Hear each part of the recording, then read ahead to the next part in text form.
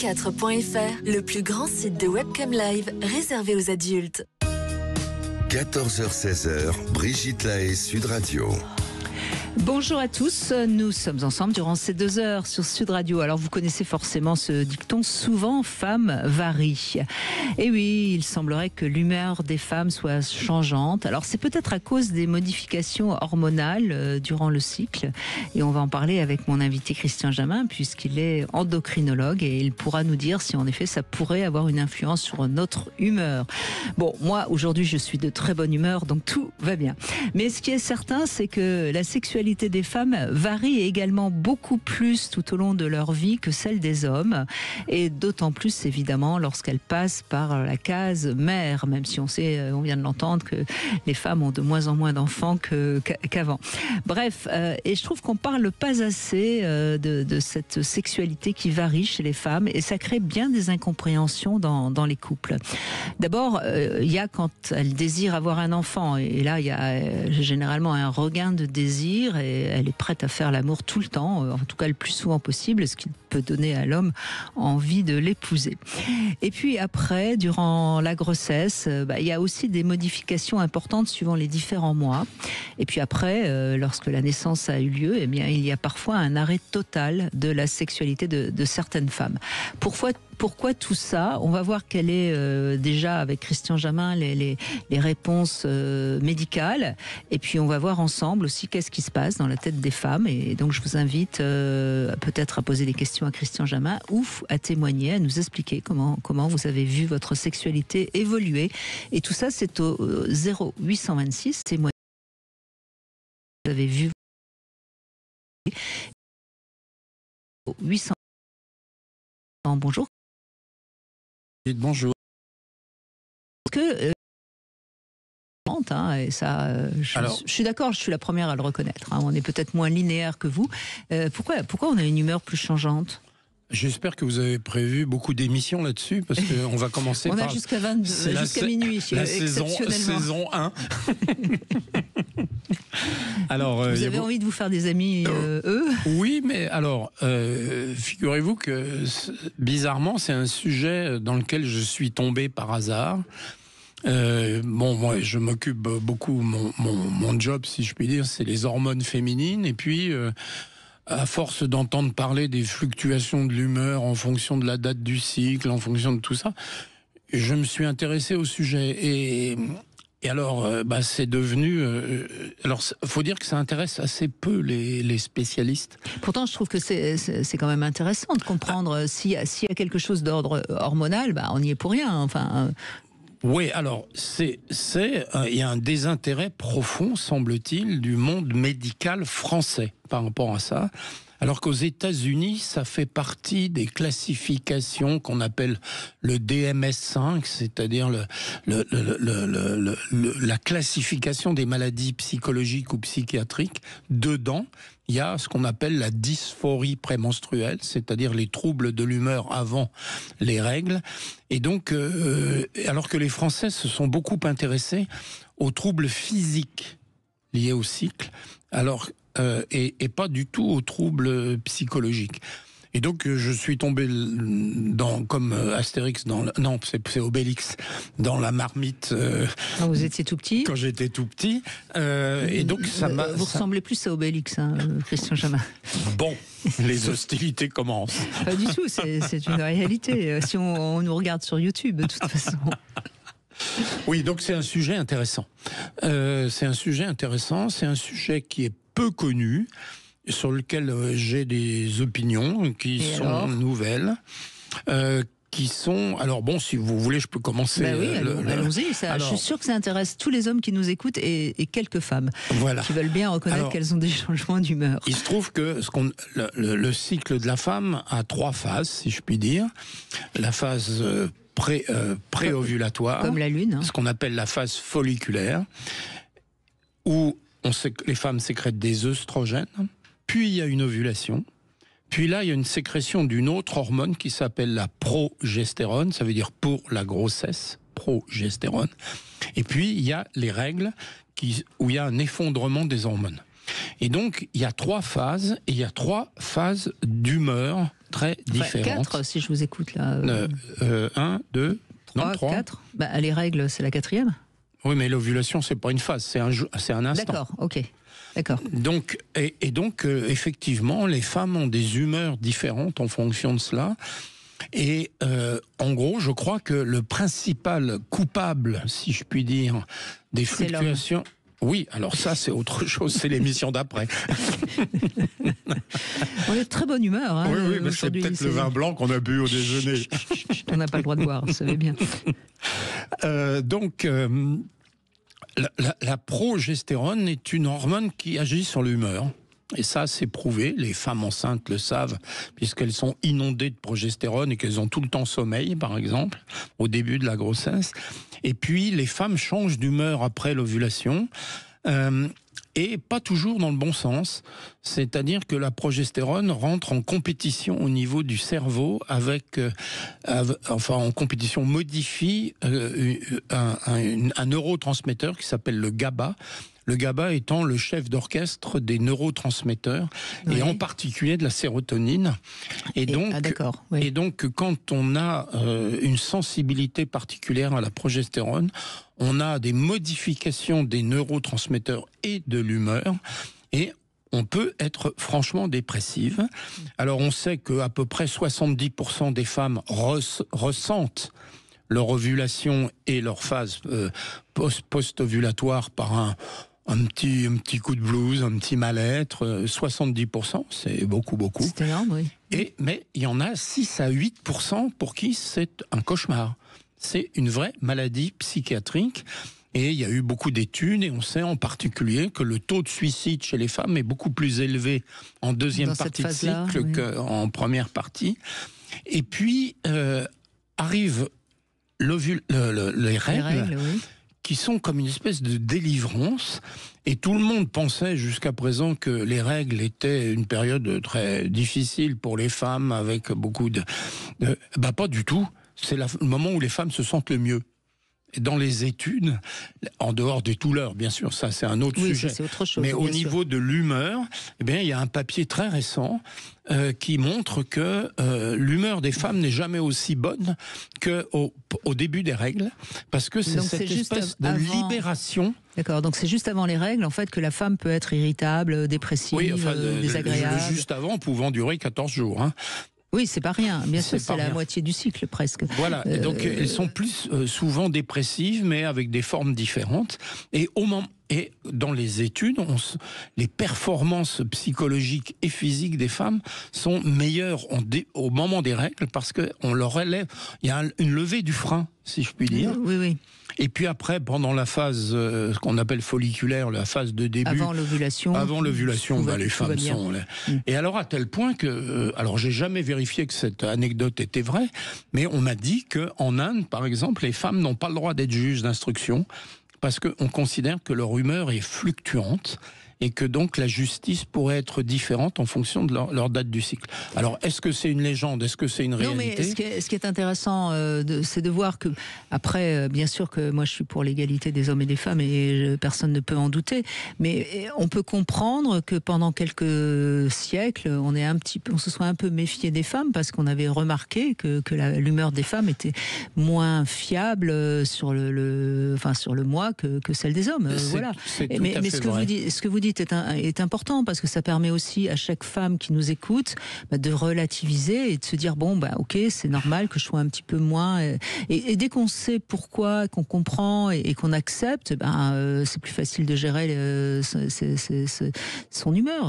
Alors il y a une histoire en Angleterre par rapport à ça, en Grande-Bretagne, où on raconte, mais je crois que c'est vrai, qu'une femme a eu les circonstances atténuantes pour avoir tué son mari, parce qu'elle était dans une phase D'accord, dépressive. Donc il faut tuer son mari si vous voulez avoir un non-lieu, tuez-le avant les règles, pas après. Bon, et voilà une information qui vaut son pesant d'or. Non, mais c'est important. Et maintenant c'est pour ça que je voulais revenir sur cette humeur des femmes changeantes, parce que c'est quand même c'est donc pas une légende. Hein. Non, je crois que c'est réellement vrai. Oui. Il y a une réalité médicale importante, et merci de ces informations, parce que je sais qu'avec vous, on a toujours des informations précieuses. Bon, après, on peut comprendre qu'évidemment, pendant la grossesse, ça a une influence aussi. Et après les enfants, on sait que pour beaucoup de femmes qui n'avaient qu'une envie, avoir des enfants, et qui n'étaient pas passionnées par la sexualité, on peut comprendre qu'à un moment donné, elles perdent le désir. Mais ça, c'est une autre question. C'est une autre paire de manches, voilà, si je peux me permettre. On est bien d'accord. Ça n'est pas hormonal, on va faire du cas par cas. On n'aura pas assez de 2 heures, j'ai bien compris. Mais enfin, on a déjà... puis, il y a la pilule. Oui, il y a la pilule, parce qu'aujourd'hui, les jeunes femmes, ou les femmes d'une manière générale, ne veulent plus entendre parler de pilule. Parce qu'elles disent que ça leur change l'humeur, ou ça leur change la libido. Alors là, les preuves sont légères pour affirmer des choses pareilles, mais il est vrai que les femmes qui ont des fluctuations de l'humeur naturelles ont probablement plus de difficultés à supporter certains types de pilules. Et donc c'est là-dessus que j'ai beaucoup travaillé, pour savoir quelles hormones étaient éventuellement susceptibles de recréer cette petite déprime ou cette petite baisse de libido, et est-ce qu'il y a des hormones qui permettent d'y échapper.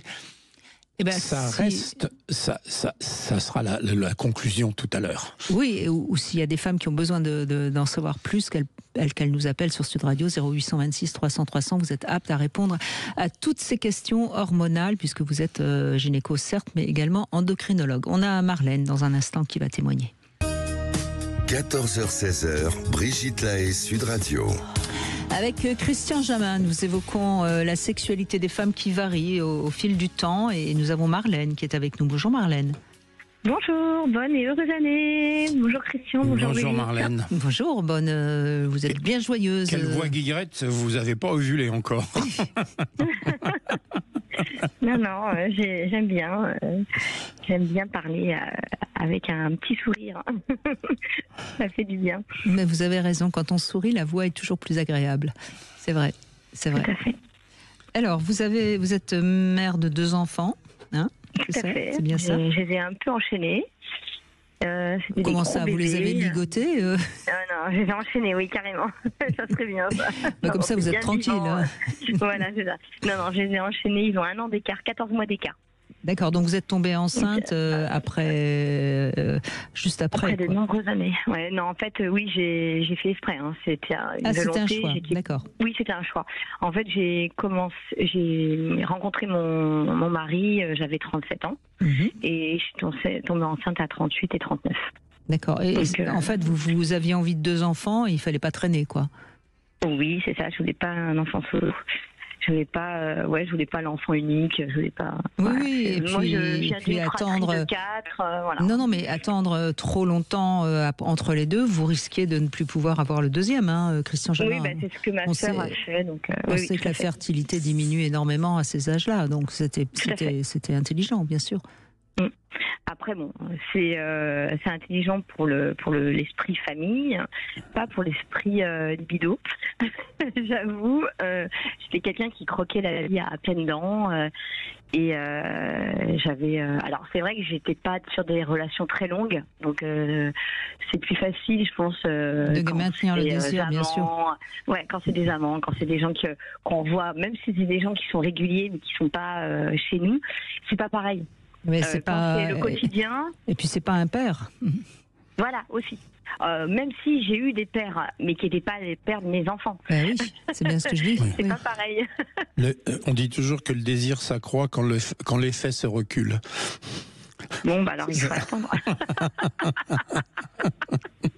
Non, mais je l'imagine bien comme ça, en fait. Il y a tellement de choses qu'on pense pour nos enfants, et tellement de petits désagréments qu'on a journaliers, qu'on a du mal à penser au plaisir.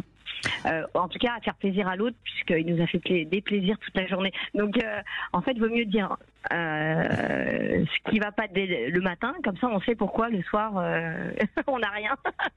Mais il a quel âge le dernier? 9 ans. 9 ans, oui, donc depuis, quand même, ils sont grands. Donc, vous avez toujours pas retrouvé le désir? Non, non, non. Non, en fait, le plaisir solo toute seule, oui, j'arrive, mais avec mon mari, non. Mais est-ce que vous avez du désir de temps en temps pour un homme ou pour vous regardez quelque chose, je sais pas, Oui, je pense que j'aurais pas de problème pour quelqu'un qui me ferait du charme, ou voilà. Le problème, c'est qu'il n'y a plus ça. Donc, en fait, j'ai plus le côté excitation naturelle, mouiller, tout ça. J'ai plus ça. Je suis plutôt un peu plus sèche, alors qu'avant, j'étais plutôt hyper. Je mouillais énormément. Et c'est vrai que j'ai plus ce besoin. Mais en fait. Marlène, il y avait une étude, moi, qui m'avait beaucoup intéressée, qui était une étude sexologique, donc pas du tout médicale, qui avait été faite aux États-Unis. Et des femmes qui avaient choisi des hommes comme amants avaient une très très bonne sexualité, et quand elles ont décidé d'être mères, elles ont choisi donc des très bons géniteurs pour avoir un homme qui soit un bon père, etc., etc. Et là, leur sexualité, enfin les chiffres étaient assez importants, je ne sais plus combien de pourcentage de femmes, leur sexualité était tombée totalement à zéro. Donc peut-être que vous avez choisi un homme. Peut-être que vous avez choisi un homme qui a un très bon père, mais vous l'avez choisi avec des critères qui n'étaient pas du tout des critères qui correspondent à votre libido. Donc oui, tout à fait. Non, mais là, vous mettez le doigt dedans. Je le mets dedans, mais c'est difficile parce qu'il n'y a plus beaucoup de lubrification, justement. Non, c'est sûr. Mais bon, en fait, moi, je sais que j'aime bien me faire plaisir sous la douche. Et là-dessus, j'ai aucun problème. Même si je prends moins de temps pour moi, je fais plus de bain, tout ça. Donc, c'est plus des trucs un peu vite fait. Mais je sais que j'ai encore. Vous avez visiblement, oui, vous avez encore votre pulsion. Mais votre mari, c'est le père de vos enfants, quoi. Et mon mari, en fait, il le dit en plus, c'est ça qui est horrible, je sais pas, il a un problème de... Il dit, en fait, il me fait, mais tu te comprends pas, un homme, c'est tous les 15 jours, sinon ça fait mal. Je sais, mais chérie, ça me donne envie, là. C'est pas le meilleur moyen de vous séduire, ça je suis d'accord. À moins que vous soyez infirmière et que vous vouliez plus qu'il ait mal. Il me fait, tu peux m'aider quand même. Je fais, non, là, j'ai pas du tout envie de t'aider. Donc voilà, oui, c'est des moments où, en plus, bon, on va pas très bien dans le couple, ça va pas très bien et tout. On était à 2 doigts de lancer un divorce et tout, donc c'est pas le truc qui fait que ça va me reconquérir en fait. Et après là, on commence une petite thérapie parce que je pense que ça va m'aider et peut-être l'aider, je sais pas. Donc lui, il a pas l'air d'avoir des problèmes, à part un manque de sexualité. Lui, il vous désire encore, sauf que vous ne le désirez plus visiblement. Non, je voudrais que ce soit dit autrement ou fait autrement. Mais j'ai du mal à mettre les mots et dire des choses peut-être. C'est un bon père. Oui, je pense que c'est pas genre c'est un bon père. Oui, c'est un père qui est très gentil, qui. Non mais je dis ça sans. Bon père, non mais je dis ça sans. C'est pas l'idéal non plus. Hein. Non mais. Je dis ça.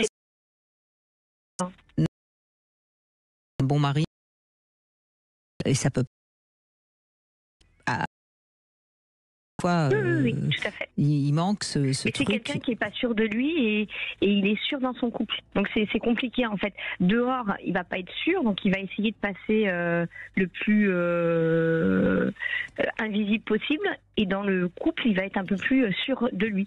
Donc il faut que moi je m'efface, alors que je sais pas m'effacer.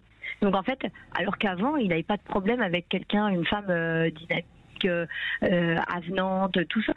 Et maintenant, il voudrait que je sois un peu plus invisible. Mais moi, j'arrive pas à me changer. Oui, mais parce que vous avez pris la puissance d'une mère. Et donc, vous l'écrasez de par votre puissance de mère. Ça change énormément. Et là, ça n'a rien d'hormonal. On est vraiment dans des rapports de pouvoir, de force. Écoutez, votre thérapie peut vous aider parce que vous allez au moins être lucide l'un et l'autre sur ce qui se joue dans votre couple, et puis vous allez voir si vous pouvez arriver. Je suis pas très optimiste, je vais vous dire franchement, je suis pas très optimiste. Oui, mais il n'y a pas que vous, je crois. Mais au moins, peut-être que vous pourriez arriver à une certaine entente pour que votre couple reste un couple parental qui fonctionne, et puis que vous ayez la possibilité d'aller chercher ailleurs des satisfactions sexuelles. Peut-être que vous allez pouvoir vous séparer intelligemment. Enfin, au moins, vous allez pouvoir communiquer vraiment, parce que actuellement, c'est une situation qui n'est pas agréable ni pour vous ni pour lui. Non, je le sens que lui, il en souffre énormément, mais il dit que lui, il va bien. Et que c'est moi qui dois me faire soigner. Donc je lui dis, non, mais ça, c'est moi je vais bien, c'est toi qui as des problèmes. C'est tellement la manière de pas voir ce qui va pas chez lui non plus. Non, il y a toujours une part de responsabilité des deux. Christian Jamin, qu'est-ce que vous voulez dire à Marlène ? Je voulais dire que, en fait, avec l'expérience et le temps, les femmes sont rarement moteurs dans le rapport sexuel dans un couple. Et donc, si l'homme ne prend pas le leadership, si je puis dire, ça s'étiole. Et finalement, on s'aperçoit qu'on vit très bien sans ça. Alors que quand la femme accepte et même fait, entre guillemets, semblant de demander le rapport, après, les deux sont satisfaits parce que finalement, souvent, ça se passe bien. Et donc, il faut faire attention entre l'absence de désir et l'absence d'initiative. Parce que dans un couple, on a très souvent, avec le temps, la disparition de l'initiative chez la femme, et alors que finalement, quand le rapport a lieu, elle trouve ça plutôt agréable. Oui, mais faut-il que lui aussi, il ait la manière de lui proposer qu'il soit pas juste ça me fait mal quand on fait pas l'amour. Enfin, oui, c'est sûr. C'est pas très très encourageant non plus. Merci Marlène, en tout cas, merci beaucoup de votre témoignage qui malheureusement est très souvent ce qui se passe dans un couple après la naissance des enfants. On fait une petite pause, on se retrouve avec le Love Conseil. On va parler des 5 piliers de l'estime de soi. Brigitte Lahaie, Sud Radio, le Love Conseil. Alors évidemment, on va parler de l'estime de soi. Christian Jamin, c'est important l'estime de soi justement pour être dans le désir. Et en fait, elle pourrait être représentée par 5 aspects principaux qui sont plus ou moins construits durant l'enfance. Donc il y a le soi émotionnel qui représente la capacité à reconnaître ses émotions et à être dans la capacité de maîtriser son impulsivité. Il y a le soi professionnel, le soi social qui représente ce que nous avons développé avec les autres, et puis le sentiment d'être reconnu socialement. Ensuite, il y a le soi physique, en fonction de notre apparence physique, de notre sentiment de plaire. Il y a le soi futur, ce qui symbolise nos représentations de nous-mêmes dans un avenir proche et dans les projections qu'on peut faire. Et donc, ces 5 piliers qui sont plus ou moins importants. Et c'est important de comprendre que notre estime de soi, elle ne se base pas uniquement sur la manière dont on a été élevé enfant et dont on a été aimé enfant, etc. Parfois, une apparence physique qui se dégrade à cause, par exemple, d'une maladie, ça va faire baisser l'estime de soi. Un soi social, si on est reconnu socialement par sa profession, ça va augmenter l'estime de soi. Donc il faut bien comprendre que l'estime de soi, elle va évoluer au fil du temps en fonction des différents éléments et expériences qu'on a dans la vie. Et donc c'est important de bien comprendre qu'elle ne se base pas une bonne fois pour toutes sur ce qu'on a été et ce qu'on est au sorti de l'adolescence. Elle évolue au fil du temps, l'estime de soi, et elle peut s'améliorer comme elle peut se dégrader. Donc c'est important de bien comprendre ça, et si on a l'impression qu'on a une estime de soi un peu moins bonne, il faut essayer de voir pourquoi, qu'est-ce qui l'a un petit peu détruite, et essayer de voir comment on peut la refaire fonctionner du bon côté. Et il est évident que l'amour, le regard de notre amoureux, l'amour qu'il nous porte, le désir qu'il nous porte, améliore évidemment l'estime de soi. En effet, mais moi, je crois réellement qu'il n'y a pas d'amour possible sans admiration. Oui, bien sûr, ça fait partie de... Donc ça fait partie des moteurs du couple, ça, et dès que l'admiration ou ce qu'on voit beaucoup dans les couples, l'un qui rabaisse l'autre en public, etc., c'est catastrophique. Parce que mais c'est inacceptable. C'est inacceptable. Mais ça montre bien qu'il a une mauvaise estime de soi, parce que si on a besoin de rabaisser l'autre, c'est pour se croire supérieur, et donc c'est qu'on a une mauvaise estime de soi. Et donc c'est ça qu'il faut aussi qu'on comprenne. Si on se fait rabaisser par quelqu'un, il faut lui conseiller d'aller travailler sur lui pour qu'il aille mieux. Oui, mais bon, par exemple, je peux plus parler des... Bon, moi, je connais bien les femmes et les hommes, mais donc, réellement, je ne pense pas qu'il puisse y avoir de sexualité épanouie sans admiration de l'autre. Mais bien sûr. C'est, enfin, en tout cas... Et en plus, il ne peut pas y avoir d'érection sans admiration, sans regard de la femme. D'accord. Il faut qu'on le regarde avec admiration, votre pénis, pour qu'il monte. Oui, c'est un peu comme ça, oui. Ou alors, il faut être narcissique et considérer que l'autre est une proie qui vous grandit. Mais en fait, tout est là. Tout est dans l'estime de soi-même par le regard de l'autre. Vous avez raison, un homme qui de toute façon bande, même si la femme n'a pas spécialement envie, c'est bien quelqu'un qui est plutôt en train d'utiliser la femme comme un objet et qui n'a pas besoin d'être regardé par la femme pour avoir envie pour avoir une érection. Vous avez bien sûr raison. Catherine, bonjour. Oui, bonjour. Bonjour à vous. Bonjour Brigitte et bonjour à votre invité. Excusez-moi, parce que je suis un petit peu émue et pourtant je suis déjà passée hier à l'antenne. Et bah alors, pourquoi vous êtes émue? Mais non, je suis émue parce que c'est le sujet qui m'émeut. Parce que je replonge un peu dans des souvenirs, voilà, qui sont des souvenirs, de beaux souvenirs bien sûr, mais des souvenirs du passé. Et le passé, ça doit rester le passé. Donc non, voilà. Mais le passé forcément, par moment, il peut nous rattraper un petit peu et pourquoi pas. Et donc c'est quoi qu'est-ce qui vous rattrape là justement? Et en fait, c'est comment dire, mon histoire de couple avec mon ex-mari, puisque je suis divorcée. Et j'ai eu 2 enfants avec Eric. Et en fait, j'ai mis, moi, la sexualité avec lui de côté dès que Nicolas, dès que j'ai accouché de Nicolas, notre premier enfant. Voilà. Qui a aujourd'hui 34 ans. Et en fait, ça a été une grossesse très particulière parce que mon ex-mari était militaire de carrière. Donc, quand j'étais enceinte, nous étions à Djibouti. Et j'ai attrapé la toxoplasmose. Donc, ça a été un petit peu compliqué. Enfin, ça a été très compliqué. J'ai été rapatriée sanitaire. Bref, donc on a failli perdre cet enfant avec une éventuelle interruption de grossesse si le fœtus était atteint. Mais bon, les examens ont révélé que non. Et donc j'ai développé, si vous voulez, une relation déjà in utero très très fusionnelle avec ce futur bébé. Et en fait, sa naissance pour moi, ça a été, j'ai décidé en fait de me consacrer à lui, rien qu'à lui. Voilà. Et donc j'ai abandonné mon mari, ça c'est vrai.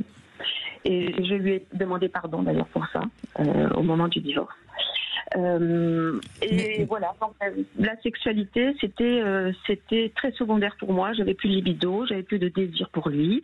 Il ne comptait que cette relation avec cet enfant dont je savais en plus que c'était dysfonctionnel parce que c'était pas possible quoi. Mais c'était comme ça. Je ne pouvais pas faire ça. Je ne pouvais pas faire autrement. D'autant plus que moi j'ai vécu ma grossesse dans un état de grâce. C'est comme si dans ma vie, je n'attendais que ça, cet état de grossesse que j'adorais, malgré le fait que je sois tombée malade, que j'ai cette maladie. Mais j'étais bien, moi, enfin, c'était vraiment très très bien. C'était votre objectif de vie, d'avoir un enfant, je suppose, hein? Complètement. Et en fait, si vous voulez, ça fait référence au témoignage que j'ai apporté hier, parce que moi, j'ai subi des violences sexuelles, des abus sexuels quand j'étais enfant. Et donc, être mère pour moi, c'était être présente, attentive à l'écoute, vous comprenez? Oui, je comprends très bien. Et le fait en plus que la grossesse a été anxiogène, hein, le fait que vous ayez quand même réussi à mettre au monde cet enfant et qu'il soit vivant, c'était une sorte de bénédiction qui a tout effacé tout le reste, quoi. C'est ça, c'est exactement ça. Et en fait, vous avez des regrets. Vous avez des regrets aujourd'hui sur la manière dont vous vous êtes comporté ou pas? Non, avec mon ex-mari. Oui. Vous voulez dire? Oui. Est-ce que vous avez pas de regrets? Non. Bon, bah j'ai donc. Pas de regrets. Donc il n'y a pas de regrets. Si, alors je vais peut-être, non, ce serait un mensonge de dire ça. C'est pas des regrets, c'est que je dis peut-être que Pas à ce moment-là de ma vie, mais beaucoup plus tard. Je dis que quand on s'est séparés, parce qu'on a été séparés de fait pendant des années avant de divorcer, puisque lui, militaire, il était absent très très souvent. Alors en plus, il était militaire, mais sur des théâtres d'opération à l'extérieur, à l'étranger, souvent absent, pour lequel il était absent pendant plusieurs mois. Oui. Donc, si vous voulez, ce qui fait que ça renforçait aussi, moi, si vous voulez, le lien avec les enfants, parce que j'étais le pilier à la maison. Il fallait que, bien sûr. ça Parce que vous savez, Catherine, moi, ce que j'ai envie de dire, c'est que pendant cette période-là, vous auriez pu aller travailler sur ce lien fusionnel énorme que vous aviez et qui réparait quelque chose que vous avez vécu de difficile, vous, quand vous étiez enfant. Donc, vous auriez pu aller le réparer. Mais après, à votre âge, ça sert à rien d'avoir des regrets. Vous avez fait ce que vous avez pu à des moments de votre vie, et puis personne n'a jugé. Et puis vous avez, votre âge, vous avez mais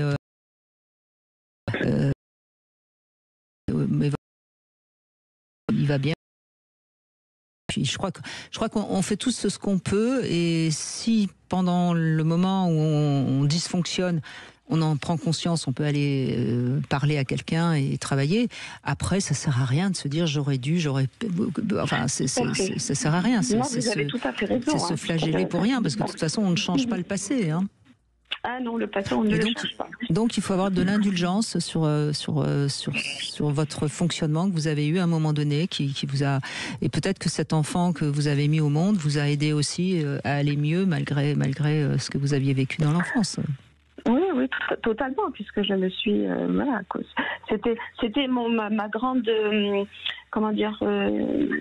c'était votre récompense. Ma vie, voilà, dans la vie, pour moi, je ne pouvais pas se concevoir, et donc je voulais pas manquer ce rendez-vous-là avec la maternité. C'était quelque chose de totalement. Moi, j'étais prête à être mère à 18 ans, même très très tôt. Et voilà. Donc ce rendez-vous, je ne l'ai pas manqué. Je ne pense pas l'avoir manqué. Et mes enfants, d'ailleurs. Ce que j'ai envie de dire, je ne sais pas si vous êtes d'accord avec ça, Christian Jamin, mais la maternité pour une femme, ça donne un vrai sens à sa vie. Une femme qui c'est beaucoup plus rare une femme qui a eu un enfant. C'est beaucoup plus rare une femme qui va se suicider. On n'a pas ça chez l'homme. L'homme n'a pas cette... et c'est bien dommage d'ailleurs, parce que je pense que si on disait, on expliquait aux hommes à quel point ils sont aussi responsables de l'enfantement, ils auraient moins envie de faire les guerres, parce qu'ils seraient plus dans la vie et pas dans la mort, justement. Alors, sans le savoir, vous mettez le doigt dans un endroit qui fait très mal, parce que je suis en train d'essayer d'organiser un congrès où on va essayer de traiter la femme, la maternité. Est-ce que le sens de la maternité est inné ou acquis ?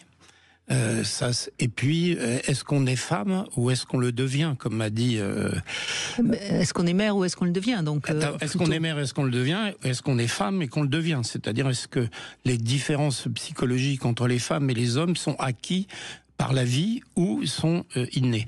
Et alors je cherche des orateurs pour traiter ça, et tout le monde se défile. En ce moment c'est compliqué. Hein, c'est trop compliqué, j'arrive pas à trouver... Je cherche 2 orateurs pour discuter de ça, parce que c'est des sujets fondamentaux, en particulier pour des gynécologues, pour essayer de comprendre ces patientes. Et donc là, je m'attendais pas du tout à ce qu'on en parle aujourd'hui, je dois dire. Et qu'est-ce que vous avez envie d'en dire, là, vous Moi, j'ai envie d'en dire que je ne suis pas un spécialiste, et donc tout à ce qu'on en... Qu'est-ce que vous avez... J'ai un spécialiste. J'ai des idées. Pas, mais j'ai... Elles valent, mais pour moi, une femme et un homme n'ont pas la façon d'appréhender la vie. Est-ce que c'est acquis? Est-ce que c'est inné? Moi, j'aurais tendance à penser que c'est inné, mais beaucoup de gens me disent que mais non, pas du tout, c'est acquis. Et puis pour la maternité, c'est-à-dire est-ce que l'instinct maternel est un réel instinct ou quelque chose qui est construit par la société?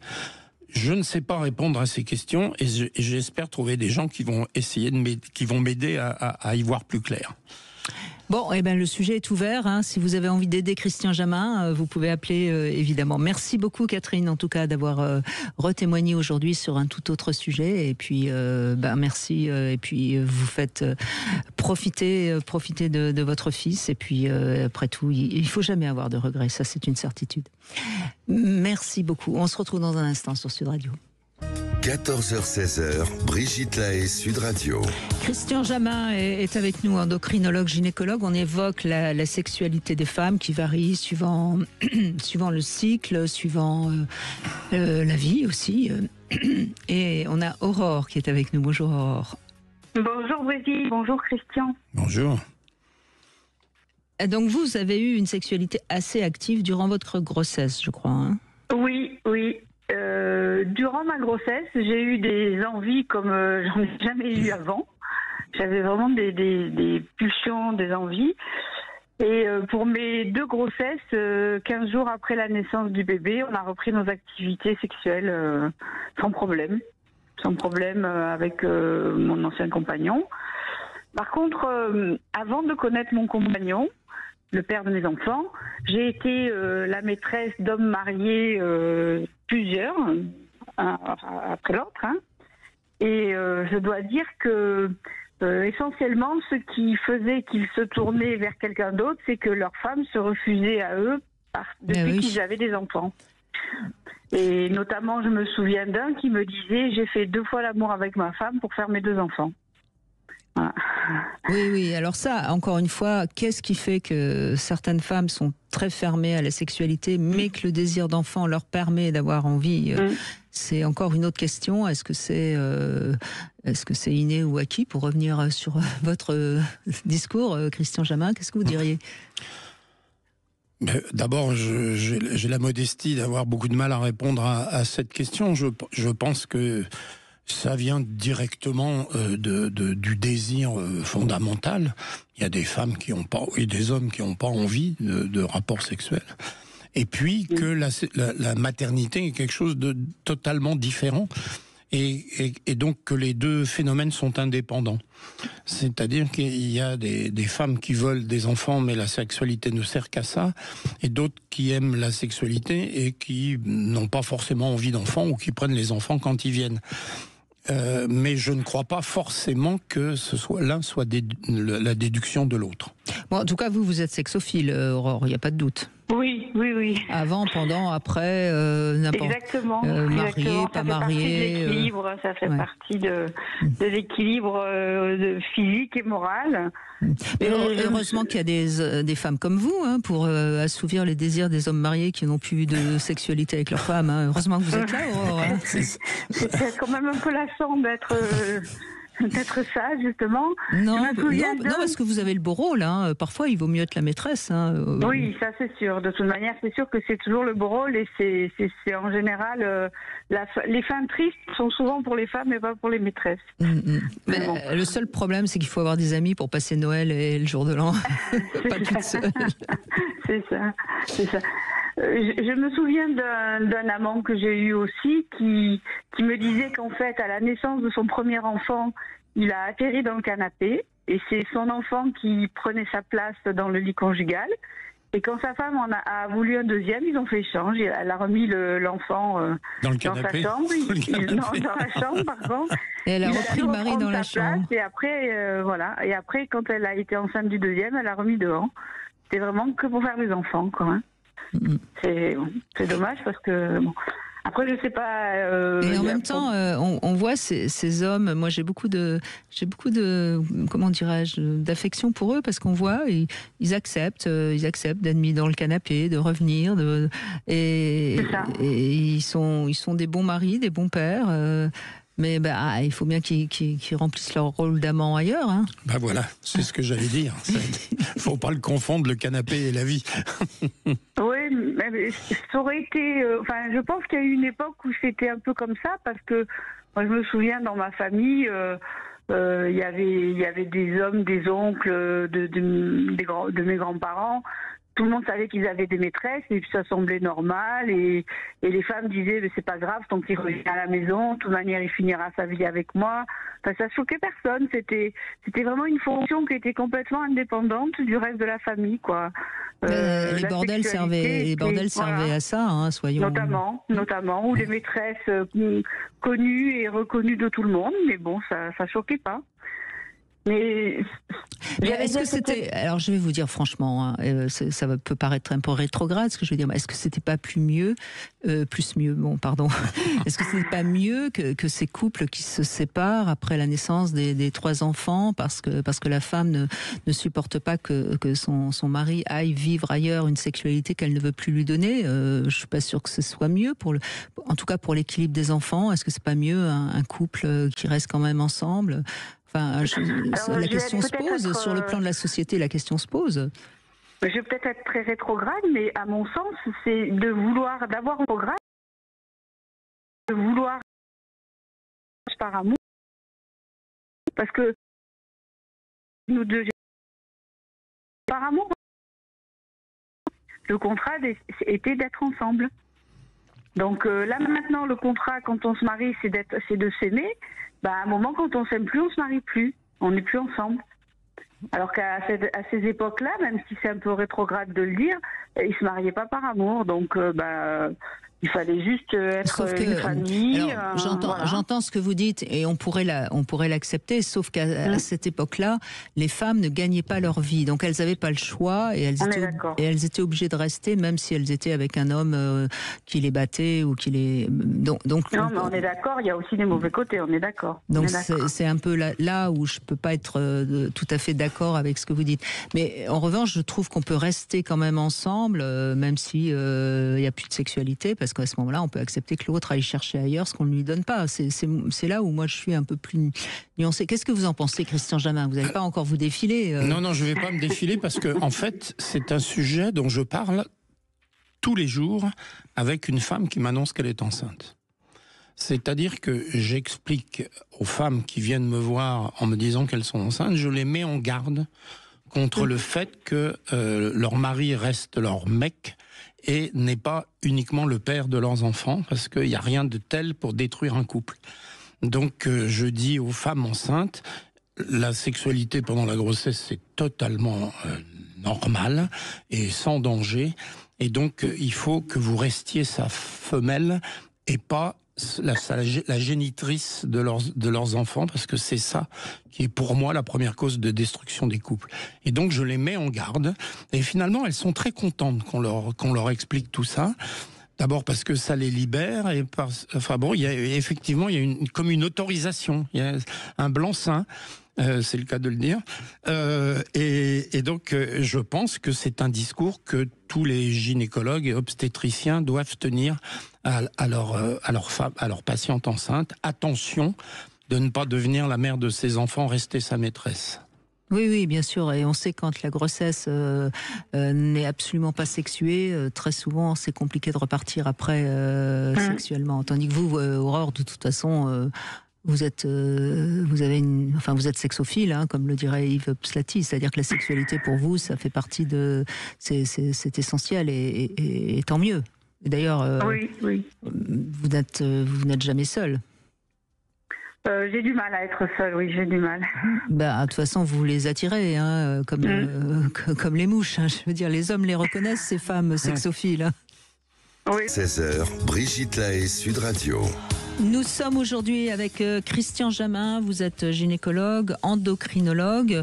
On sait donc durant la grossesse, il y a évidemment une fluctuation hormonale importante qui parfois relance la libido. Puis on sait qu'il y a des femmes, parce qu'elles ont peur, qui n'ont pas de sexualité pendant la grossesse. Là, je crois que c'est un peu 50-50. Il y a autant de femmes qui vont avoir un regain de sexualité que de femmes qui ont au contraire une baisse de sexualité pendant la grossesse. Ça dépend des mois. Je crois que c'est entre le 3e et le 6e mois que la sexualité est la plus active. Oui, parce qu'au début, oui, probablement. Alors là, c'est des hypothèses, mais Au début, il y a... c'est les chiffres des enquêtes. Voilà, c'est ça. Donc, puis à la fin, il y a les problèmes balistiques quand même. C'est pas si simple. C'est plus compliqué, oui, absolument. Et puis dans les 3 premiers mois, on n'est pas quand même toujours très en forme non plus. C'est quand même un changement compliqué pour une femme. La grossesse, c'est pas rien. On a tendance comme ça. Certes, c'est pas une maladie, mais c'est quand même des vrais changements. Alors, le rodéo sexuel, je crois que vous connaissez la devinette. Oui, alors je ne sais pas si c'est celle-là, mais c'est de prendre une femme en levrette, de lui dire qu'on a le sida et de calculer le temps qu'on reste dessus. Oui, alors moi je la connaissais en annonçant qu'on a une maîtresse. Ah donc, oui, c'est pas la même. C'est pas tout à fait la même, mais c'est enfin, presque la même. L'image est la même, le but est le même. C'est arriver à rester dedans sans être éjecté. Oui, absolument. Bonjour Delphine. Bonjour Delphine. Oui, bonjour Brigitte, bonjour Christian. Bonjour. Et surtout, je vous souhaite une excellente année et une très bonne santé et beaucoup de bonheur et de petits bonheurs au quotidien. Exactement, on y travaille Delphine, on y travaille parce que on peut enchanter le quotidien, comme j'aime à dire, enchanter le réel. C'est comme ça qu'on arrive à avoir ces petits bonheurs de... C'était une très jolie chanson de je ne sais plus qui d'ailleurs. C'est un petit bonheur.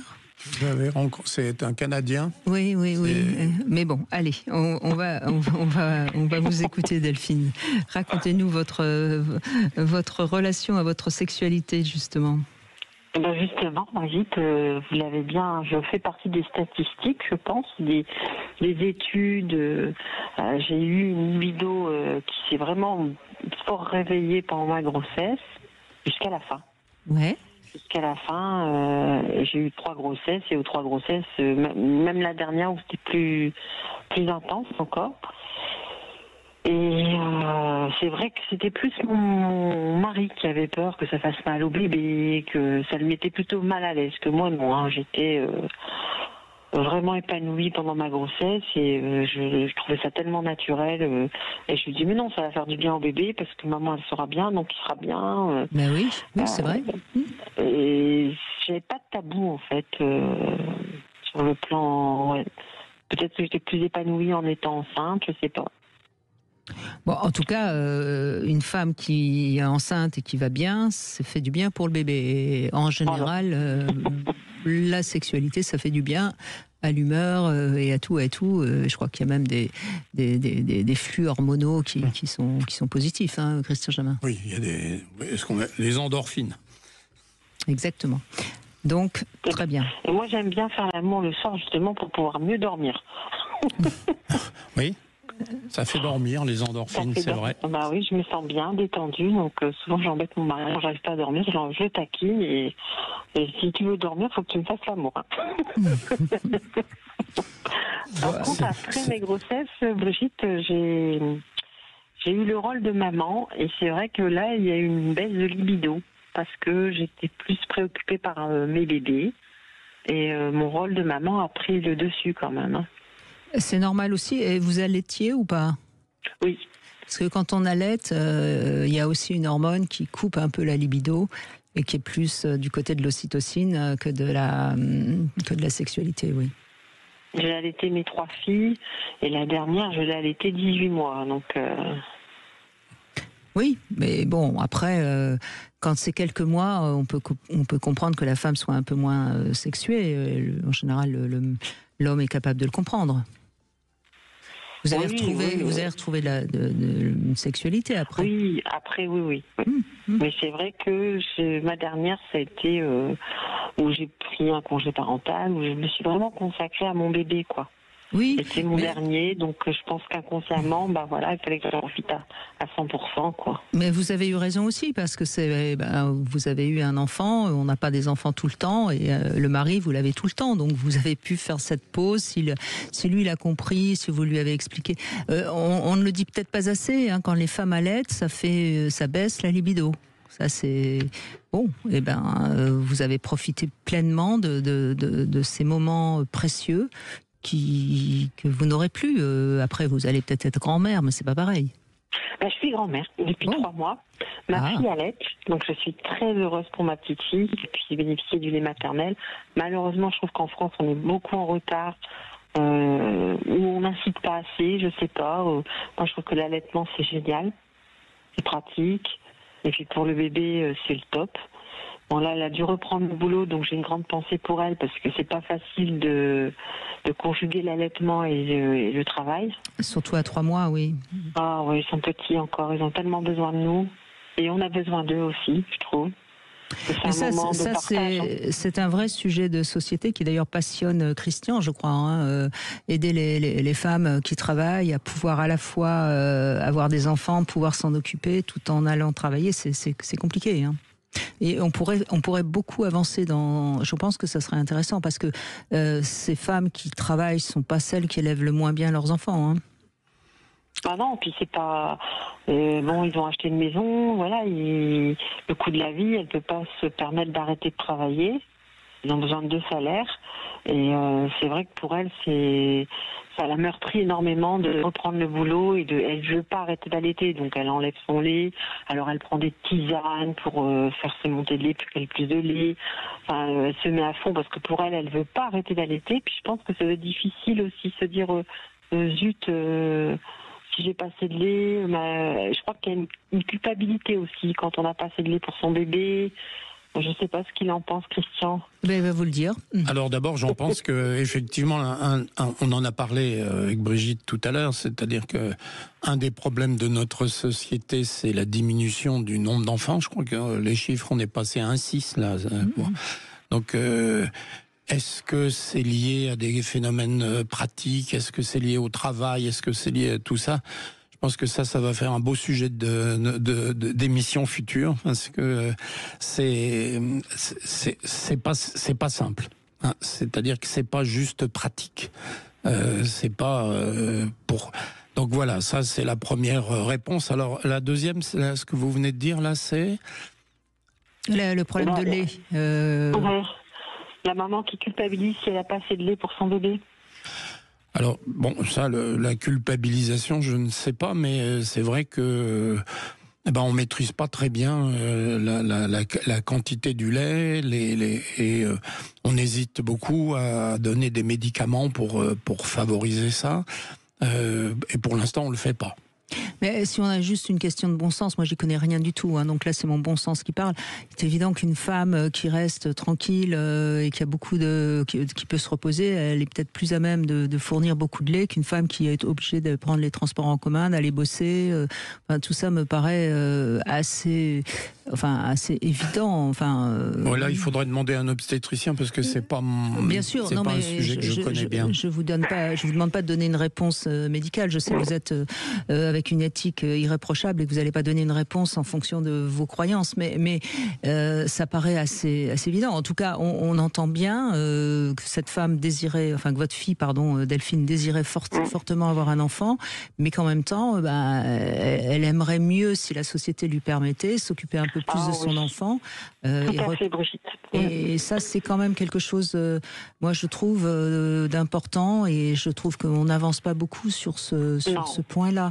C'est dommage, parce qu'on parle qu'il y a beaucoup moins d'enfants maintenant en France, mais on ne fait rien justement pour solliciter ou donner envie ou donner la possibilité financièrement à ces mamans. Alors, je sais pas si c'est tellement par des aides financières. Je pense que c'est plus par il faudrait plus que les lieux où les femmes travaillent soient adaptés pour que les femmes puissent peut-être amener leur enfant, qu'il y ait plus de crèches. Enfin, je serais plus moi pour des aides de ce côté-là. Parce que si on donne de l'argent, on va avoir l'effet pervers d'une loi. C'est-à-dire qu'il y a des employeurs qui vont plus engager des femmes qui risquent d'être mères parce que justement ils vont pas avoir. Enfin, vous voyez, il faut faire très attention au côté toujours pervers d'une loi. Mais en revanche, oui, on pourrait autoriser les femmes à amener leur bébé sur leur lieu de travail. Pourquoi pas? Enfin, ce serait pas. Je sais pas ce qu'elle fait comme métier, mais c'est peut-être possible. Elle est psychologue pour les enfants dans l'aide sociale à l'enfance. Et elle a repris lundi et elle doit s'arrêter pour enlever son lait dans la journée. Et elle a une autre collègue qui lui dit mais t'as qu'à lui donner du lait en poudre à ta fille. Moi, ça m'a choquée. Surtout avec des gens qui travaillent avec l'enfance.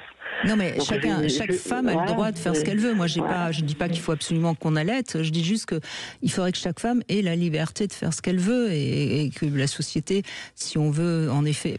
C'est surtout que je pense que plus cet enfant sera proche de sa mère et que sa mère pourra s'en occuper, meilleur il sera quand il sera adulte. Moi, c'est toujours pareil. Je suis pour qu'on prenne plus soin des enfants qui arrivent que de les laisser un petit peu loin de leur mère, surtout quand un enfant a 3 mois, il a besoin de sa mère. Bah oui. Moi, c'est ça qui... Vous voyez, c'est...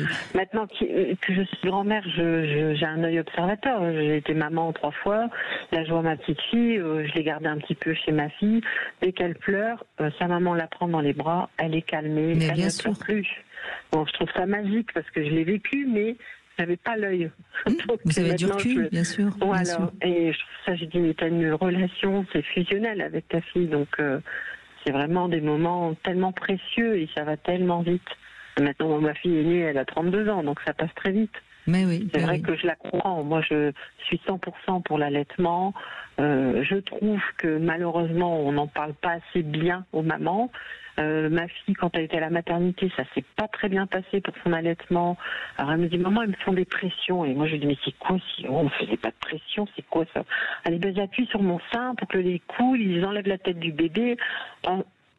J'étais un peu choquée parce que je trouvais qu'il manquait de maternité et de douceur, parce que l'allaitement c'est que de la douceur, quoi. Il faut l'expliquer à la maman, c'est sûr ça pince au début, et puis après ça devient, c'est sûr que c'est pas peut-être le côté qui est pas pratique, c'est qu'on voit pas combien on donne à l'enfant, que c'est à la demande, mais après il y a tout le côté privilégié du moment privilégié avec son enfant, et puis l'allaitement c'est quand même le top pour un bébé, quoi.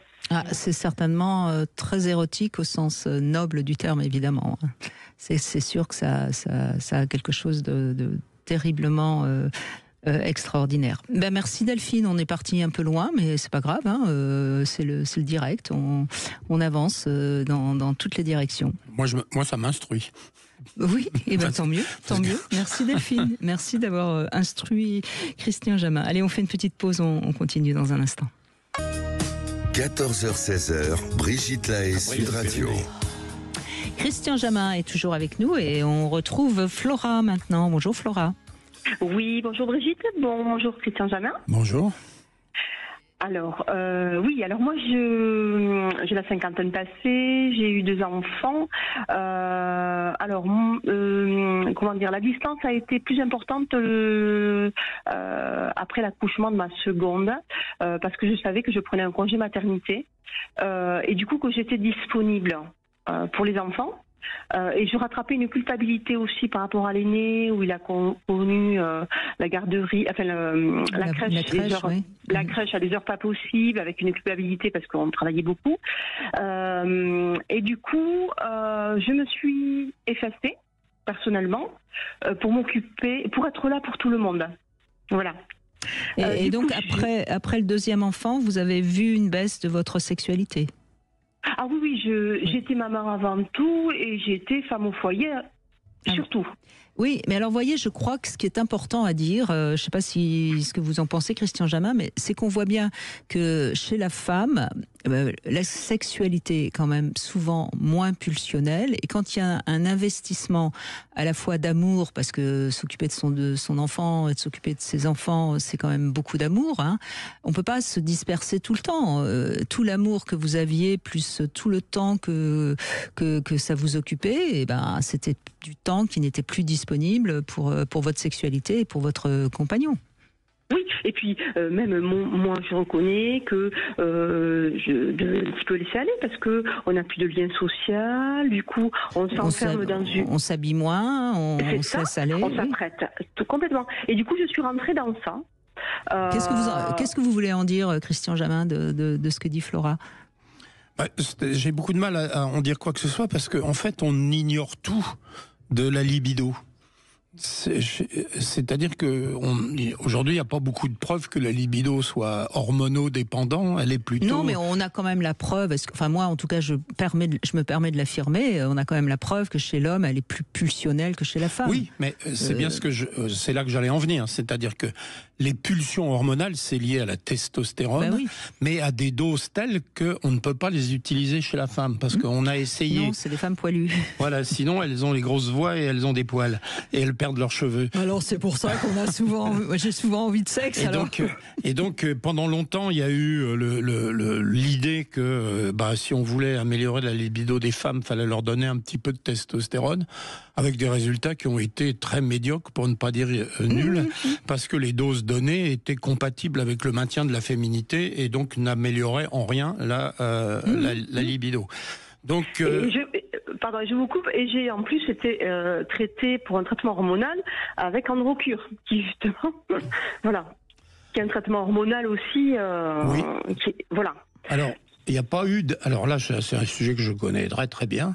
Il y a eu on a beaucoup dit que les anti-androgènes pouvaient diminuer la libido. Ça a été écrit, réécrit, etc. Mais il n'y a eu aucune étude pour le prouver. Il n'y a eu aucune preuve de cela, parce qu'on partait de l'idée que les androgènes étaient bons pour la libido, donc les anti-androgènes devaient être mauvais.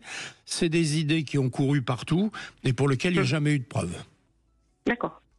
Mais je crois qu'il ne faut pas mélanger le désir, la libido et la pulsion. Et je pense qu'on n'a toujours pas avancé là-dessus. Moi, je pense que c'est vraiment essentiel de comprendre que chez beaucoup d'hommes, il y a des pulsions sexuelles. Ça ne justifie évidemment pas le harcèlement ou le viol. Hein. C'est pas ce que je suis en train de dire, parce qu'ils sont quand même. Il y a la pulsion et puis il y a ce qu'on en fait de la pulsion. Et normalement, un homme doit être capable de canaliser sa pulsion. Chez la femme, c'est très rare des femmes qui ont des pulsions sexuelles. Après, il y a des femmes qui ont une très très bonne libido. Mais c'est pas la même chose que la pulsion sexuelle. Alors moi je l'ai eu. Et je pense, excusez-moi, je vous coupe, mais je pense qu'il y a des femmes qui ont une pulsion sexuelle au moment où elles ont un désir d'être enceintes. Alors moi, est-ce que c'était hormonal, je sais pas. Je sais que pour les deux, alors j'ai pris un petit peu de poids, donc j'avais une poitrine très généreuse, et du coup ça m'a. Vous êtes sentie plus belle et donc plus désirable. Exactement. Complètement. Voilà. Et là, on est dans du féminin, absolument. C'est ça. Et là, on est au Moyen-Âge, même à la préhistoire, de comprendre quelque chose dans ce que vous venez de dire, Brigitte, c'est-à-dire le désir, la pulsion, Pour l'instant, on n'a pas de substratum ni hormonaux, ni quoi que ce soit. Non, mais enfin, on a quand même des preuves et des expériences sur un nombre de femmes invraisemblables. Non, mais des preuves et vous avez savoir d'où qui ont par exemple actifs qui souffrent énormément de ne jamais avoir envie. Et donc ça, pour l'instant, on n'a pas de traitement, quoi. Et on aimerait bien, je pense qu'on y arrivera un jour, mais pour l'instant, on n'y est pas du tout. C'est-à-dire qu'on n'arrive pas à isoler les moyens. Mais c'est pas une maladie d'être hypoactif sexuellement. Si, c'est au sens de l'OMS, c'est une maladie. Une maladie, c'est quelque chose qui altère votre qualité de vie. Donc à partir du moment où vous vous sentez pas normal parce que vous n'avez jamais envie de faire l'amour, vous souffrez, donc vous êtes malade. Oui, mais derrière ça, il y a souvent eu des abus, il y a souvent eu des choses, des expériences, il y a eu... Et donc là, on est dans du psychisme. Mais mais je suis d'accord avec vous, mais donc il y a effectivement beaucoup de choses par rapport à l'éducation, par rapport au passé, par rapport à tout ça. Mais au plan purement chimique, pour l'instant, on patauge complètement. Oui, mais moi je trouve ça très bien, parce que le jour où on a le filtre d'amour sexuel, ça risque d'être inquiétant. Ça risque de modifier la société, ça c'est sûr. Moi je ne trouverais pas ça drôle. Vous trouveriez ça drôle, Flora, qu'il suffirait d'avoir un cachet pour avoir envie Ah là là. Non, mais personne ne le croit, mais il y a la recherche... C'est aussi d'essayer de comprendre les choses sans pouvoir forcément avoir derrière la tête quelle utilisation on en aura. Bon, en tout cas, vous, Flora, vous avez retrouvé votre sexualité, ça y est, après ce passage, plus ou moins. Oui, plus ou moins, ouais. C'est la difficulté de beaucoup de femmes. Le nombre de femmes qui sont hyper sexuelles, elles sont pas si nombreuses que ça. Hein. Oui, puis là aussi, j'ai subi une agression aussi. Donc il y a des vieux fantômes qui ressurgissent. Alors je le travaille là aujourd'hui pour mettre en mots certaines choses, le comportement aussi. Voilà. Là aussi par rapport à l'émission d'hier, il y a des choses qui reviennent et qui ressurgissent du passé. Voilà. Oui, avancer là-dessus, mais en même temps, c'est pas non plus le sésame. Hein. De toute façon, la libido, qu'on soit homme ou femme, avec l'âge, diminue. Ça, c'est une réalité. Donc, peut-être qu'il y a ça aussi. Et puis, il y a, faire l'amour pour faire l'amour, c'est pas non plus une nécessité. Ce qui est important, c'est d'avoir du lien, c'est d'être en relation d'amour avec les autres. Et puis tant mieux si en plus il y a sexualité, mais c'est pas non plus ce qu'il y a d'essentiel. Faut aussi bien comprendre ce que ça signifie faire l'amour. C'est pas du sexe. Hein. Donc je suis sûre, si vous rencontrez un homme qui vous aime, que vous désirez, que vous avez un coup de foudre, je suis sûre que ça reviendra. On fait une petite pause et on va parler des reproches féminins principaux sur la sexualité par rapport aux hommes. Cam4.fr, le plus grand site de webcam live réservé aux adultes. Brigitte Lahaie, Sud Radio, le sexe au conseil. Alors, Christian Jamin, quels sont les reproches féminins principaux qui vont détourner les femmes parfois de la sexualité parce que justement elles ne se sentent pas comprises. J'ai fait un peu un point sur tout ce que j'entends et voici les principales critiques que vont faire les femmes lorsqu'elles parlent à un sexothérapeute. Alors, écoutez bien parce que peut-être que votre femme pourrait formuler cette plainte ou l'a peut-être dit de manière un petit peu détournée parce que les femmes ne sont pas toujours très claires. Hein. Alors une des premières c'est ils ne pensent qu'à la pénétration. Le côté droit au but ne plaît pas toujours aux femmes et je pense à une amie récemment qui est sur un site de rencontre et qui m'a raconté que elle en a rencontré un la semaine dernière et puis dès le premier soir il voulait absolument lui sauter dessus et que ça suffit pour qu'elle ait pas envie de le revoir. Donc la pénétration droite au but, non, faites attention à ça. Deuxième critique, quand il éjacule un peu trop vite et qu'il ne prend pas le temps de caresser, ça c'est aussi une des critiques qui revient souvent. Quand il se vexe dès que la femme dit non, ce soir je suis fatiguée, j'ai pas envie. Ça, c'est aussi important. Une femme n'est pas un objet sexuel qui est à votre disposition, messieurs. Lorsqu'elle a l'impression d'être un objet sexuel, ça c'est notamment valable lorsque l'homme a tendance à imposer toujours sa manière de faire l'amour et ne pas essayer aussi d'être à l'écoute du désir de l'autre. Hein. Il faut que les deux soient des sujets. Et puis quand elle manque un peu de tendresse, les femmes aiment la tendresse. Hein. C'est un bon moyen d'aller à la sexualité dans un couple. Et puis quand il insiste tout le temps pour qu'elle ait un orgasme, ça aussi, ça ennuie un peu les femmes, d'autant plus que souvent ces hommes-là qui veulent absolument que la femme ait eu un orgasme, il lui fait subir un interrogatoire après. Alors, t'as aimé, c'était bon, qu'est-ce que... Non. Après, on a de la tendresse, on subit pas un interrogatoire. Voilà. J'en ai peut-être oublié quelques-uns, mais ceux-là sont importants, donc soyez vigilants, messieurs.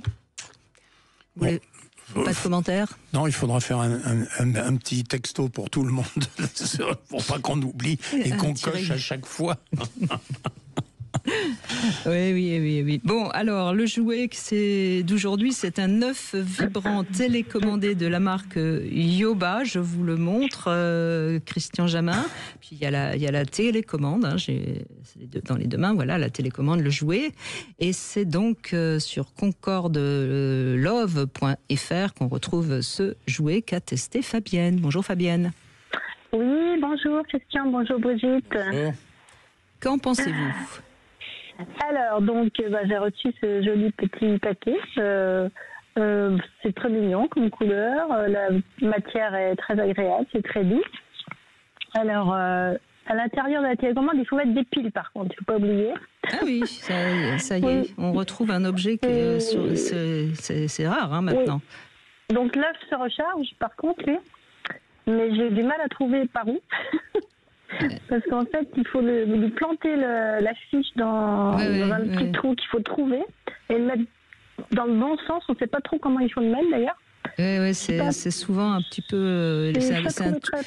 C'est un tout petit trou et il faut trouver. Oui, c'est un peu comme certains mollusques qui se reproduisent par des.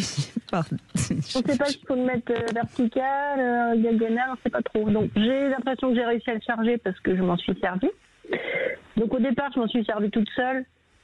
Bon, il n'y avait pas trop de surprises parce que j'appuyais à chaque moment.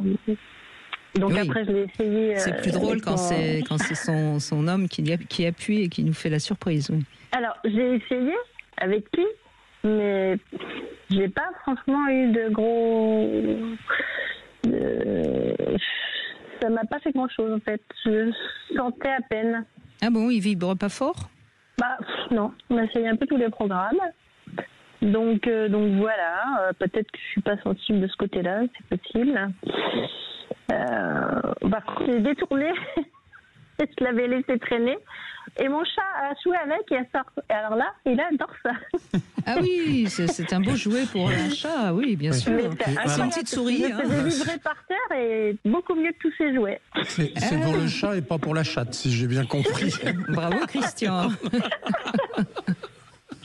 Exactement. Donc voilà, je l'ai testé. Moi, je n'en ferais pas une utilité, de fou. Ah bon, moi qui voulais savoir parce qu'il a une petite nervure là sur le côté. Il faudra demander à votre chat si ça lui a plu. Moi, je l'ai essayé plusieurs fois. J'ai même réessayé encore. Bon, quand même, que je sache quoi dire, mais non, franchement, on le sent. Je sens la vibration, mais ça ne fait rien du tout. Bon. Ça ne fait rien du tout. Écoutez, tant pis, votre chat au moins, ça fait un heureux dans la famille. Exactement, il va être très content d'avoir un nouveau jouet. Bon, écoutez, donnez-moi sa note. Quelle note a donné le matou au milieu. Alors pour moi, je dirais 5. 5 sur 10, oui. Voilà, parce qu'il est joli, facile à utiliser, voilà. On peut l'emmener partout, c'est pratique. Je pense qu'il y a des personnes qui doivent le trouver super. Mais voilà, j'ai pas eu de sensation de folie. Bon, écoutez, 5 sur 10 pour cet œuf vibrant télécommandé de la marque Yoba qu'on retrouve sur concordelove.fr. Si vous allez sur le site, vous mettez le code promo Sud Radio 15 et vous aurez 15% pour tous ceux qui vont sur le site. Et alors ce petit œuf là, si vous voulez l'avoir pour votre chat, pour votre chien ou pour votre cochon d'Inde, ou pour vous-même, je ne sais pas, pour votre chatte, vous pouvez aller sur sudradio.fr et puis il y a quelqu'un qui gagnera ce jouet. Voilà, et avec la télécommande, évidemment. Merci beaucoup Fabienne, merci à vous. Et Célia, maintenant, est avec nous. Bonjour Célia. Oui, bonjour à tous. Bonjour. Alors, pour commencer, sur la maternité, le rapport à la sexualité, et puis et tout ce qui est autour. Pour moi, ce que j'ai expérimenté personnellement et autour de moi, ce que j'ai entendu comme témoignage, notamment d'hommes, c'est qu'il y a quelque chose quand même qui est assez fréquent, pas toujours récurrent, tout dépend de notre histoire, mais très souvent, on rencontre un cas de figure en disant, depuis que ma femme est maman, rien n'a plus que pour l'enfant, et il y a quand même une résurgence qui semble venir d'un ordre physiologique ou organique, je dirais, parce que ça me semble être vraiment la trame presque universelle de tout ce que je peux entendre ou d'avoir vécu, c'est qu'il y a peut-être un moment où quand on est dans la maternité, on se tourne vers autre chose et que c'est peut-être d'ordre physiologique, déjà dans un premier temps. Et d'autre part, je dirais que le rapport à l'intimité après ou à la sexualité, pour certaines femmes, peut-être elles s'en détournent parce que le rapport à l'intimité était peut-être tourné sur une orientation qui ne convenait pas ou qui évolue et sur lequel le partenaire n'est pas forcément dans le même chemin d'évolution ou au même stade. Et du coup, le désir n'est plus le même. Ou certains hommes peuvent dire là, elle a plus de désir ou il n'y a plus d'intimité parce qu'il y a peut-être quelque chose qui naît en nous quand on devient maman ou quand on est enceinte. On a peut-être une vision plus large ou différente, un rapport au corps, à la sexualité ou à l'intimité qui est différente et suivant ce qu'on a nourri, parce que je veux parler aussi des couples qui vont bien. Et en fait, quelqu'un me disait il n'y a pas longtemps, si on a déjà un bon équilibre, on ne va pas attirer les mêmes expériences que si on est en déséquilibre dans le couple. Et donc, suivant ce qu'on a construit et comment on s'est construit avec l'autre, eh bien, je pense que soit on se détourne effectivement un temps de la sexualité et puis petit à petit par le partenaire et la complicité qui est reconstruite, on la retrouve, soit effectivement il y a des femmes qui abandonnent parce qu'elles n'ont plus envie des mêmes choses. Il y a une chose qu'on a oublié de dire, c'est que quand même un accouchement, c'est pas un acte anodin, c'est quelque chose qui transforme quand même un peu le vécu à son vagin. Faut dire les choses comme elles sont, sauf pour celles qui évidemment ont une césarienne. Et puis il y a des femmes qui prennent beaucoup de poids et qui ne le perdent pas forcément tout de suite et qui donc ont peut-être aussi une image corporelle compliquée. Et après il y a en effet la question que posait Célia, est-ce que sur le plan physiologique, hormonal, vous avez des réponses à ça, Christian Jamin ?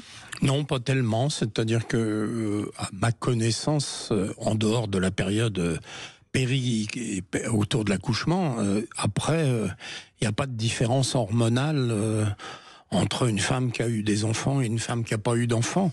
Donc vous avez raison dans tout ce que vous avez dit, c'est-à-dire qu'il y a des modifications, ça c'est clair, mais c'est assez difficile de savoir si c'est des modifications organiques ou psychologiques. Il se passe tellement de choses, comme on le dit depuis le début de l'émission, avec les rapports entre le désir de rapport sexuel, le désir d'enfant, bon, enfin bref, on va pas refaire l'émission, mais tellement de changements, est-ce que les changements sont organiques ou fonctionnels? Je ne sais pas répondre à cette question. En tout cas, il n'y a pas d'études qui nous permettent de répondre à ça.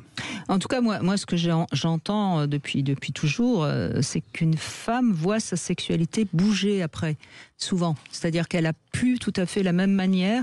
Il faut aussi dire une chose qu'on n'a pas dit depuis le début. Une femme qui a eu un enfant ou 2 enfants, elle se sent plus puissante. Parce que c'est pas rien quand même de mettre un enfant au monde. Ça donne une force, une sensation de puissance et qui parfois va complètement bouleverser le rapport à l'homme qui du coup est moins puissant et ces jeux de pouvoir, au sens encore une fois symbolique, et peuvent aussi bouleverser la sexualité du couple. Dans les deux sens. Dans les deux sens, absolument. L'homme, parfois, face à la femme qui est devenue mère, il se sent tout petit. Il a trop de respect. Et ce qu'on oublie de dire aussi, c'est qu'il y a des hommes qui ont assisté à un accouchement. Alors aujourd'hui, on fait beaucoup plus attention. Parfois, il est totalement perturbé. Enfin, tout ça, c'est pas anodin. Et je trouve qu'on prépare pas assez les couples à l'après-grossesse, justement. Vous êtes d'accord avec ça, Célia ? C'est ce que je voulais dire, parce qu'après, je distingue l'accouchement ou les grossesses qui sont compliquées et qui donnent à des lieux à des bouleversements physiologiques.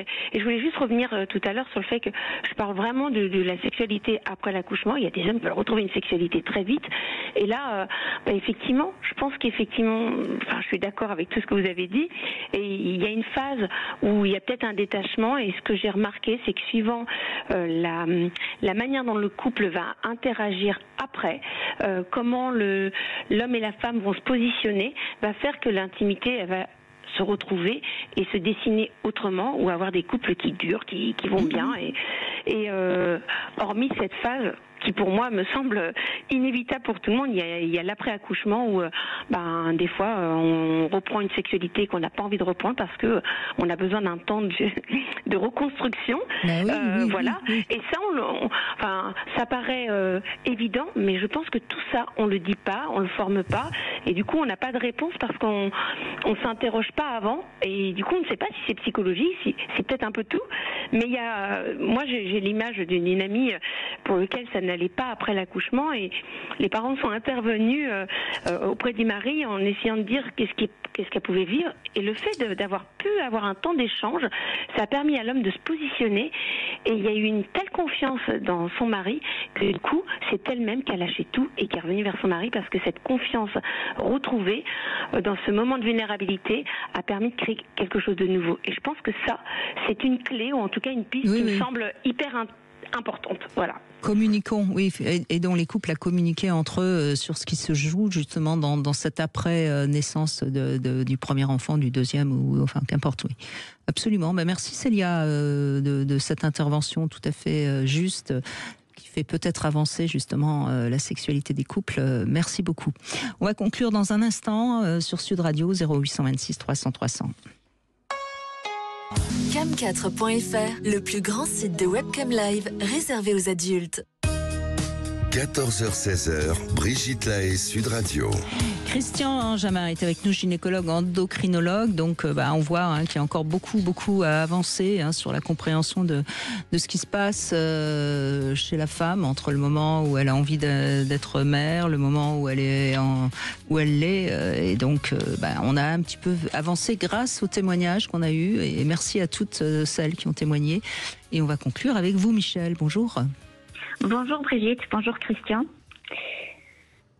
Voilà, donc moi je vais prendre un petit peu le contre-pied de ce que disait l'auditrice précédente. Dans le sens où, alors je n'ai eu qu'un enfant, j'ai été mère à 28 ans. Et ma grossesse et l'après-accouchement se sont merveilleusement bien passés. J'ai pas du tout eu de baisse de désir, ni avant ni pendant la grossesse, enfin ni pendant la grossesse ni après. Et je me sentais très belle, je me sentais très séduisante et je crois que j'ai eu beaucoup de chance. Il n'en a pas été de même pour mon mari à l'époque. On n'est plus ensemble depuis longtemps. Je ne sais pas si ça intéresse que je fasse part de son expérience à lui. Bien sûr, allez-y. Alors, c'est une personne qui avait, disons, un petit peu de problème de confiance en lui. Et je me souviens que j'étais à l'époque, je devais être enceinte de 5 mois. Et on était au lit, je me suis tournée vers lui, j'ai commencé à le caresser. Et j'ai eu le malheur de l'embrasser. Et là, il m'a repoussée, pas violemment, mais presque. Il m'a dit qu'est-ce que tu fais? Tu m'embrasses pas comme ça. J'ai l'impression d'être avec ma mère. Non, une prostituée que j'ai ramassée à un coin de rue. Voilà. Je suis tombée des nues, voilà, je me suis levée, je suis allée me faire un thé. Mais je plaisante pas, c'est-à-dire que son réflexe est dû à sa relation à sa mère, qui était certainement avec trop d'emprise, et du moment où vous devenez bientôt mère, vous êtes sacrée, vous pouvez plus être une femme qui a du désir, ou alors vous êtes une pute. Voilà, c'est ça. C'est terrible. C'est terrible, c'est terrible. Et puis je l'ai vécu très très mal parce que moi d'autant plus que vous aviez du désir. Oui, c'est dommage. Comme quoi, c'est vraiment mal fait la vie. On choisit pas toujours les bons partenaires. Non, c'est clair. Et après, en revanche, il a assisté à l'accouchement et je pense que ce que vous disiez aussi précédemment est assez vrai, c'est-à-dire que moi, je me suis sentie plus puissante et comme lui, il n'avait pas très confiance en lui, ça a été pire. Mais c'est vrai qu'il m'a très bien accompagnée. Là, j'avoue, il était présent, ça a été un excellent père, mais voilà, il a eu du mal avec l'image de la mère, et je pense que ça doit arriver à pas mal d'hommes. Oui, parce que là, je suis contente d'avoir votre témoignage, parce que ça montre aussi que parfois c'est la faute de l'homme si la sexualité du couple ne va plus bien après la naissance de l'enfant. C'était pas de votre faute, vous étiez toujours dans le désir, voire peut-être plus même. Parce que ça vous avait rendu sûr de vous, avec une bonne estime de vous-même, puissante. Et c'est lui qui, du coup, n'arrivait plus à être à la hauteur. Ouais. C'est ça, on n'est pas toujours coupable. J'ai jamais dit ça. Non, Christian non plus. Je plaisante, oui. Non, mais pour moi, d'une manière plus générale, puisqu'on parle de maternité, j'imagine, alors je sais que je ne parle pas au nom de toutes les femmes, mais pour moi c'est un petit peu comme un fantasme, c'est-à-dire qu'on n'y pense pas constamment et on n'a pas forcément envie que ça se réalise, mais c'est là et on aime bien que ça soit reconnu. Je sais pas si je... C'est-à-dire j'aime bien que l'homme avec qui je suis, j'ai plusieurs relations, exprime le souhait, même si c'est un souhait qui ne sera jamais réalisé, d'avoir un enfant. Je pense que ça fait plaisir. C'est vrai, vous avez raison. Je pense que oui, je pense que vous avez raison. C'est une preuve d'amour énorme quand un homme dit à une femme « j'aimerais avoir un enfant de toi ». Oui, voilà. C'est très juste, bravo. C'est joli de terminer sur Oui, c'est une jolie conclusion, ouais. Parce que c'est une vraie preuve d'amour, même si parfois ça n'aboutit pas à quelque chose de concret, mais oui, vous avez raison. Oui. Et moi, je ne dissocie pas alors chacun voit midi à sa porte, hein, mais je ne dissocie pas le désir d'enfant du désir de la personne. J'ai beaucoup de mal avec ça. Quand j'ai voulu un enfant, j'ai voulu un enfant de mon mari. Si j'avais recommencé l'expérience, je pense que ça aurait été dans les mêmes circonstances. Oui, vous vouliez pas faire un enfant toute seule. Non, ni toute seule, ni un enfant pour un enfant, c'était indissociable. Alors, je sais que ça n'est pas à la mode de dire ça, mais je pense que d'autres se retrouveront dans... Oui, vous vouliez un enfant de l'amour. Voilà, c'est ça. En général, ceux qui sont des enfants de l'amour s'en sortent mieux. Hein. De toute façon, c'est Michel, on le sait. Hein. Un enfant de l'amour, en général, mais de même qu'on commence à deviner les impacts de tous ces divorces sur les générations qui arrivent. Hein. On verra ce qu'il en ressort. Enfin, nous peut-être pas. Enfin, moi peut-être pas, parce il faudra peut-être 40 ans mais ça va forcément faire évoluer aussi la société. Hein. Tout ça, rien n'est anodin. Et c'est pour ça que l'amour, la sexualité, ce sont aussi des questions politiques. Non, vous croyez pas, Christian ? Oui, mais bon, à la fin de cette émission, on a tous été d'accord pour comprendre que la grossesse était une révolution physique, hormonale, et la suite aussi. Mais c'est aussi beaucoup une révolution psychologique de rapport entre l'homme, la femme, la mère, les enfants, etc. Et eh bien, on n'a pas avancé du tout sur les rapports de l'un avec l'autre, et peut-être que c'est tant mieux comme ça, parce que moi j'ai retenu de toute cette émission que la révolution, elle était très psychologique, et que les hormones n'avaient pas grand-chose à voir là-dedans, mais peut-être que demain on m'expliquera le contraire. Bon, en tout cas, on a essayé d'avancer, puis je pense que grâce à tous ces témoignages, et je remercie Michel en particulier, puisque c'est avec elle qu'on conclut, je crois que grâce à tous ces témoignages, toutes les femmes qui nous ont écoutés et les hommes qui nous ont écoutés ont un petit peu réfléchi, ont un petit peu avancé dans leur propre compréhension d'eux-mêmes et de leurs partenaires. Certainement, mais je pense que tout le monde a compris qu'il était en partie responsable de son destin. Oui. Plus que c'est pas ma faute, docteur, c'est les hormones. On est bien d'accord, Ça vous amènera pas trop de patientes cette fois-ci. Merci beaucoup, Christian Jamin, en tout cas. Demain, on sera avec Philippe Breneau. Quelle est réellement l'influence de la pornographie sur notre sexualité ? J'ai envie un petit peu de tordre le cou à certaines idées reçues également.